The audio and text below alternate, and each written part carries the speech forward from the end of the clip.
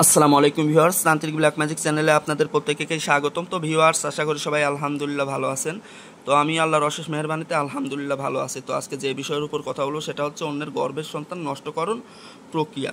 তো এই প্রক্রিয়ার মাধ্যম দিয়ে হচ্ছে আপনি যে কোনো ব্যক্তির গর্ভের সন্তান নষ্ট করে ফেলতে পারবেন।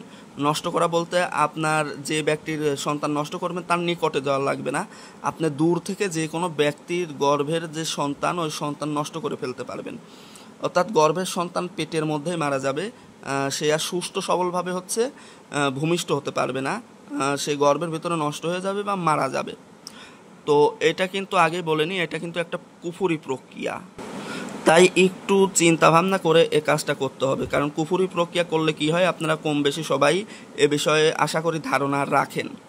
তো এটা কোন ক্ষেত্রে আপনি ব্যবহার করতে পারেন, এটা হচ্ছে দেখা যাচ্ছে যে কেউ অবৈধ সম্পর্কে জড়িত হয়ে তার গর্ভে সন্তান সঞ্চার হয়েছে, সেক্ষেত্রে ব্যবহার করতে পারেন। এক কথায় ব্যবহার তো অনেক ক্ষেত্রেই করা যায়, এখন এটা আপনার বিবেকের উপরে ছেড়ে দেওয়া হলো। আপনি ভালো কাজেও ব্যবহার করতে পারেন, খারাপ কাজেও ব্যবহার করতে পারেন। তবে এই বিষয়গুলো বিশেষ করে যে এটা কিন্তু কুফুরি প্রক্রিয়া বলতে এটা কিন্তু সরাসরি কালো জাদু, ব্ল্যাক ম্যাজিক। আগে বলেনি, এটা কিন্তু সরাসরি কালো জাদু। তো এই বিষয়গুলো জেনে বুঝে প্রয়োগ করতে হবে, কারণ এখানে নিয়মের কোনো রকম তারতম্য ঘটলে কিন্তু নিজেরও বিপদ হওয়ার আশঙ্কা থাকে। কারণ ব্ল্যাক ম্যাজিক মানে এটা ডেঞ্জারাস বা একটা ভয়ানক বিষয় বলতে পারেন। তো সেক্ষেত্রে যদি বুঝতে না পারেন, আমার হোয়াটসঅ্যাপ নাম্বার আছে 0187804072 এবার আমি মূল আলোচনায় আসি। এই কাজটা হচ্ছে করতে গেলে অবশ্যই একটা মেয়ে মানুষকে করতে হবে। মেয়ে মানুষকে করবে, অর্থাৎ পুরুষ মানুষ হচ্ছে এই কাজটা করতে পারবে না।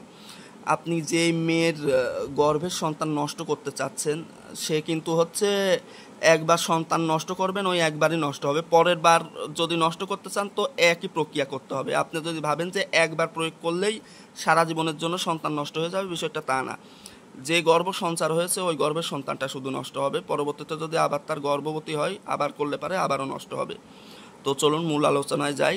এখন হচ্ছে আপনি যার গর্ভের সন্তানকে নষ্ট করতে চাচ্ছেন, বিনষ্ট করতে চাচ্ছেন, বা এই কালো জাদুটা যার উপর প্রয়োগ করতে চাচ্ছেন, সে যেই জামা কাপড় পরে, জামা কাপড় বলতে পারেন, কাপড় বলতে পারেন, থ্রি পিস যেটাই বলেন না কেন, তার সেই পরিধানকৃত বস্ত্রের কিছু অংশ হচ্ছে আপনাকে কেটে আনতে হবে বা ছিঁড়ে আনতে হবে, বা একটা কাপড়ও আপনি চুরি করে আনতে পারেন, বা প্রকাশে যেভাবে হোক তার পরিধানকৃত সেই কাপড়টা আনতে হবে সীমিত পরিমাণে। এই নকশার লেখার যে অংশটুকু লাগবে ওইটুকু পরিমাণ আনলেই হবে।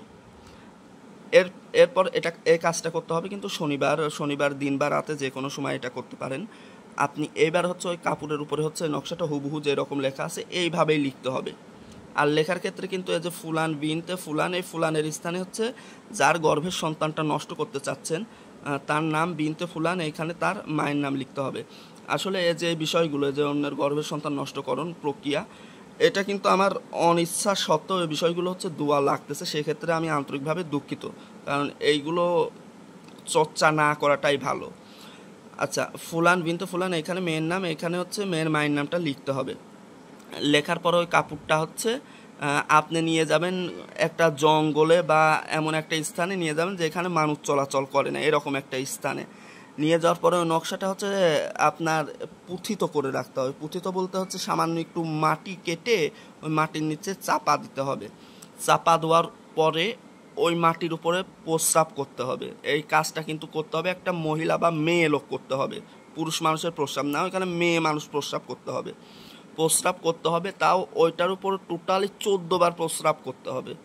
আপনার সারা দিনে 14 বার হোক, বা 2 দিন মিলিয়ে 14 বার হোক, বা 3 দিন মিলিয়ে 14 বার হোক, মোট 14 বার ওই নকশার উপরে, ওই মাটির উপরে হচ্ছে প্রস্রাব করতে হবে।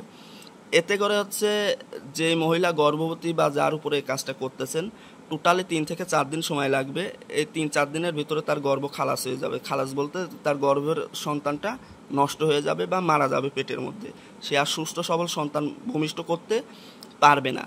আগে বলতেছে এই কাজগুলো হচ্ছে, যদি কালো জাদু বা ব্ল্যাক ম্যাজিক সম্পর্কে ধারণা না থাকে তাহলে আমি বলবো এগুলো আপনাদের করা উচিত না।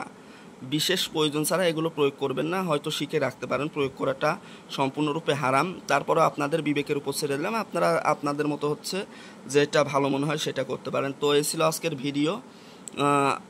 যে প্রক্রিয়া বললাম হুবহু সেই নিয়মটা অনুসরণ করে কাজ করবেন, আশা করি ফলাফল পেয়ে যাবেন। তো সবার সুস্বাস্থ্য কামনা করে আজকে এখানেই বিদায় নিচ্ছি। সবাই ভালো থাকবেন, সুস্থ থাকবেন, আর এই চ্যানেলের পাশে থাকবেন। আর যে কোনো প্রয়োজনে যদি বুঝতে না পারেন আমার হোয়াটসঅ্যাপে নক দেবেন 0187804072 আসসালামু আলাইকুম ওয়া রাহমাতুল্লাহি ওয়া বারাকাতুহু।